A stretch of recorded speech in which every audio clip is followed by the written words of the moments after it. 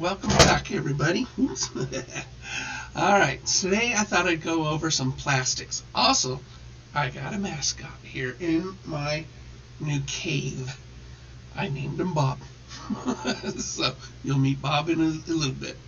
All right, so I'm going to put my keyboard aside and then turn my camera down. Look, they be plastics down there. Yep, those are plastics. Now, some things about plastics, something that I need to get better at myself. And I've learned a lot. Sort of like, it's like the very first time snowboarding. All right, I remember going, this is like 1986. They didn't even let us on slopes then. But, oh boy, I just fell over and over and over. And I took... the first day, I couldn't get a teacher because we didn't have enough people. And I just destroyed my body. The second day, I got a teacher, took lessons, and then after that, I was carving it up. So anyway, it takes a little know-how, and it takes a teacher. So, and I have had both on these plastics. So. Look at the variety. There's a lot more than just this, too, by the way, out there. But these are categories. So you have what's called a paddle tail swimmer. This is a paddle tail swimmer. Now, the neat thing is about the paddle tail is that it does have a lot of action. This particular design right here, you'll see it on the frog, too. The frog's got it, too. It actually looks fantastic in the water, and it'll swim. This is a pearl with speckles in it, with sparkles in it. This is really nice. You could use it all by itself, so you could put it on a hook. Come here. You could put it on a hook and sort of Texas rig it. And so sort of put it in about 1/4 inch, pull it around, and then poke it through. There's a little slot here that allows you to poke that through. And so it looks like that when you've done it right. Really simple to put these things on. And I like, circle hooks work really good for me. I like because the hook itself points directly back at the eye of the hook, so it's easy to get it to poke out. This is a pretty small one for this big thing, but nonetheless, I like the fact that it points back at the eye, a circle hook does. And it tends to grab the fish a little bit better. So, but this is a small one for this one. And Texas rig allows you to be kind of, be weedless. So it allows you to put the head on here and then poke the hook up through the body and just let it protrude a little bit on the body. So, and how it's really pretty simple to do.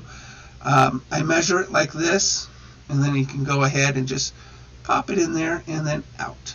So, really simple. Really simple. But paddle tails work really, really well. It looks like a swimming bait. In fact, it is a swimming bait. So, they also work well on jigs. On these type of jigs, you can actually put this on here and use it as a trailer on that jig. And you'll see the jig actually have a swimmer on it. So a lot of these, you can just use them also a lot as trailers on this. Now one thing too about what we call creature baits, these are creature baits here. Creature baits, you can cut them. You can cut. You don't have to use the whole thing. So if you have a hook and you have too much hanging out the back, well, cut some of it off. Just use your scissors on your tackle, and just cut it off or bite it off, whatever, and put it on here. And these trailers, these right here, these things will wiggle in the water. Now, the wiggling in the water creates sound, believe it or not. Because any kind of wave has a sound to it. the reason we hear things is because we hear waves in air. So when you create waves in the water and move water, the more moving of water, the more sound it makes. We won't be able to hear this, but the fish can, and they can feel it. So typically we like something with a lot of appendages, like this lizard. This thing looks fantastic in the water, by the way. But lizards work really good because basically you got 5 appendages. You got the 4 legs, and then you've got the tail. And when this thing swims, it is just swimming in the water, plus the body, of course. So you've got a lot of motion. And the reason we got speckles in there is to get some reflecting in there. So worms always work. So a worm, you could what we call a Ned rig it. A Ned rig is, let's see, here's the Ned rig. A Ned rig just falls on the bottom like that. So bam, it just falls, and then the worm just stands up. Also, you can take this and do what's the most popular way of fishing bass with plastics, which is called a drop shot. And a drop shot is an upturned hook suspended above a weight, about 12 inches or so. And then this just sticks up like this. And then this will go ahead and swim in the water, and then the fish comes and gets it. And it's right above the grass line. So the fish see it as potential food. And we got the frog. The frog, we're going to use a bigger hook, and we're going to put that hook right in that slot right there is what we're going to do. We're going to put the frog in there, and then the hook stick right out the back. And this frog will swim wonderfully because it's got 2 paddles on it. So those legs are just going to be flapping in the water, just like that. So this frog doesn't float. So we do have floating frogs. Let's see, we got one up here on my wall of tackle. Woohoo! This is my wall of tackle, and we got a floating frog right here. Floating frogs are hollow, and you got to squeeze them, because they'll get water in them, so you squeeze them. But they notice that the hook is sitting right on top of the soft body. See that? So when the bass comes up and grabs it, one of those hooks, if not both those hooks, are going to puncture them and get them. So very cool little thing. It's got these little things coming off of it.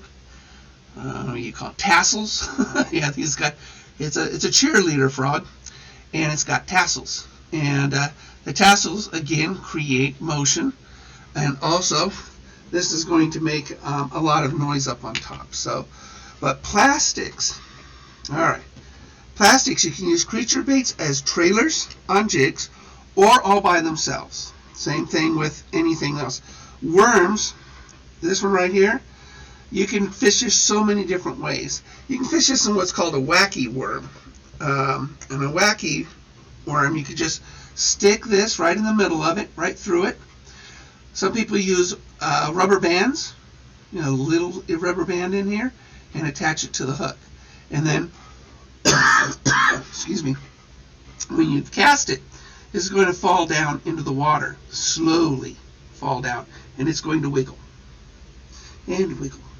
And that descent will attract fish. You can also use this in a drop shot. Remember I told you, you can just an upturned hook on your line, about 12 inches or so from your weight, and this little guy can go right up there and be above the weeds and wiggle. So that's all. Makes a good drop shot too. So worms are very, very, very versatile because there's so many ways of hooking them up. I'll show you another one. This is called a Ned rig. and made by Rabbit Baits. And again, and it just sort of falls down onto the bottom. This is rabbit hair. Yes, I used this one already. So rabbit hair. And it just drops down onto the bottom, stands up somewhat, and it wiggles. So this is the bottom of the lake, and it just wiggles. And the rabbit hair creates a much more sensitive motion. So this looks like a worm sticking up out of the bottom with a little bit of motion in that rabbit hair. And this is made by a company called Rabbit Baits. And Rabbit Baits is, it's different because you got hair in a plastic. That's weird, but cool. And it works. So you want motion. That's Rabbit Baits. Rabbit Baits. Rabbit Baits. Okay. So, I was going to show you Bob, but this camera's not very good at it. There's Bob's on the bottom. There he is. He's right there. Can you see him? There's Bob. He's just a goldfish, but he's kind of gold, kind of black. I don't know. Lady at the store says, it's alive. It's 36 cents. But I'm going to take care of Bob. He's actually pretty cool looking. And we're going to use that tank to show you on another video how these react in the water. So that's why I got the tank. So that is my super duper outdoor, real life, simulated, almost real, but not testing pond with wildlife in it. That's pretty cool. I got wildlife in the cave besides me and my cat somewhere else. So I hope this helps you a little bit. There are so many different plastics to do, but remember, creature baits all by themselves or as trailers on jigs. Frogs, big hook stuck up through the bottom. Lizards, you can use them as trailers or all by themselves, or Texas rigget, means weedless. Worms, Ned rig it, drop shot it, wacky it, because this one would actually move really nicely on the way down. Wacky rig that. Paddle tails, these are swimming baits. So this is going to be all by themselves or as a trailer. And remember too, you can cut that if you want and need to. You can cut it. So don't think that you have to use the entire piece, the entire lure. So you can downsize it to make that trailer just right for catching those bass in your pond. So sometimes it's too long and they just miss the hook. So you want it to be, to have that trailer, but still be able to, hook the fish when it goes to bite it. So I hope this little bit helps you. I want to thank some of these brands. And 6 cents, I love 6 cents. You'll see 6 cents a lot. Now I would, and then this one right here, that one, there's Gander Mountain. That's Gander Mountain. And then Yum. There's Yum. And another company that is offline nowadays. So anyway, I hope this helps you a little bit. And if you have any questions, just drop them below. I will do a video in my virtual wildlife scenario over here with Bob the fish. All right, guys. Keep your lines tight and have fun out there.